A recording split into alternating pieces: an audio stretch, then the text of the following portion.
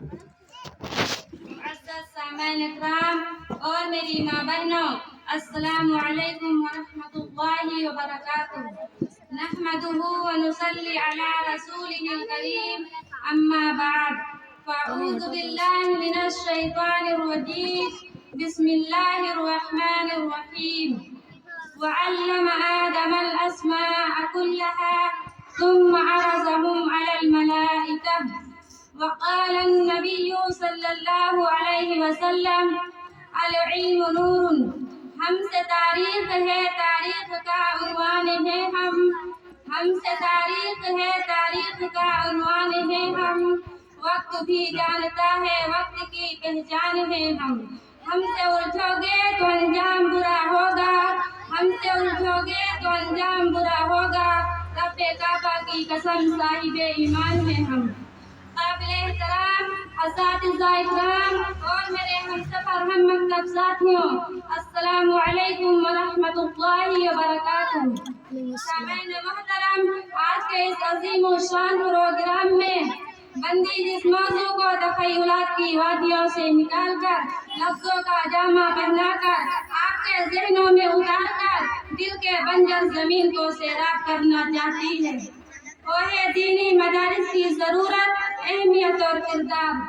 سامعین محترم، اس امت کی رہبری اور رہنمائی کے لیے جو پہلا مدرسہ قائم ہوا وہ غار حرا تھا، جس کے معلم اول رب کائنات، متعلم اول رحمت کائنات، واسطہ اول جبریل امین، کتاب اول قرآن کریم اور مخاطبین اولین صحابہ اکرام تھے۔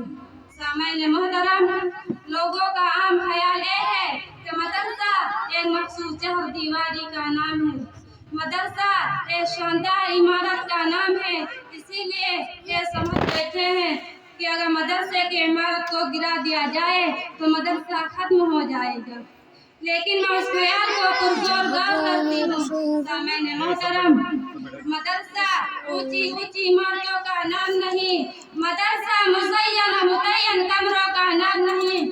اگر ایسا ہوتا تو ہم استاد سے چبوترے کو مدرسہ نہ کر سکتے، جہاں بیٹھ کر تعلیم حاصل کرنے والوں کو اصحاب صفہ کے نام سے یاد کیا جاتا ہے۔ اگر ایسا ہوتا تو ہم دیوبند میں واقع انار کے اس درخت کو مدرسہ نہ کر سکتے، جہاں محمود نامی استاد نے محمود نامی شاگرد کو تعلیم دے کر مدرسے کی بنیاد رکھی تھی۔ تو پھر آپ مجھ سے پوچھ سکتے ہیں کہ ان چیزوں کا نام مدرسہ نہیں تو مدرسہ کیا ہے؟ تو میں عرض کرتی ہوں، مدرسہ وہ ہے جہاں انسان کو انسان بننے کی تعلیم دی جاتی ہے، جہاں اسے زندگی گزارنے کا ڈھنگ سکھایا جاتا ہے، جہاں علم کی شمع اس کے سینے میں روشن کی جاتی ہے، جہاں اسے اعلیٰ اخلاق اور کردار سکھائے جاتے ہیں۔ سامعین محترم، دور ماضی میں ان دینی مدارس کے کردار کا جائزہ لیتے ہیں تو فوراً ذہن کی گلیوں میں سوال گردش کرنا شروع کر دیتا ہے کہ ان دینی مدارس کا کیا کردار ہے۔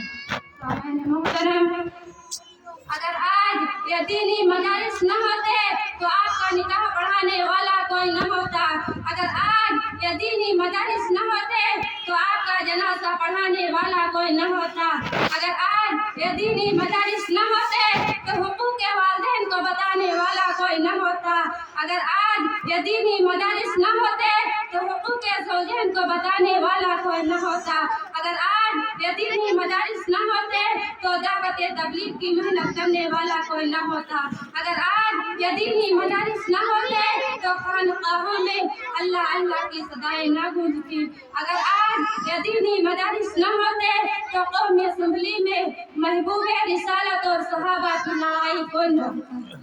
اسی لیے کسی شاعر نے کیا خوب کہا ہے، نور خدا ہے کفر کی حرکت پہ خندہ زن، نور خدا ہے کفر کی حرکت پہ خندہ زن، کو سے چراغ بجھایا نہ جائے گا۔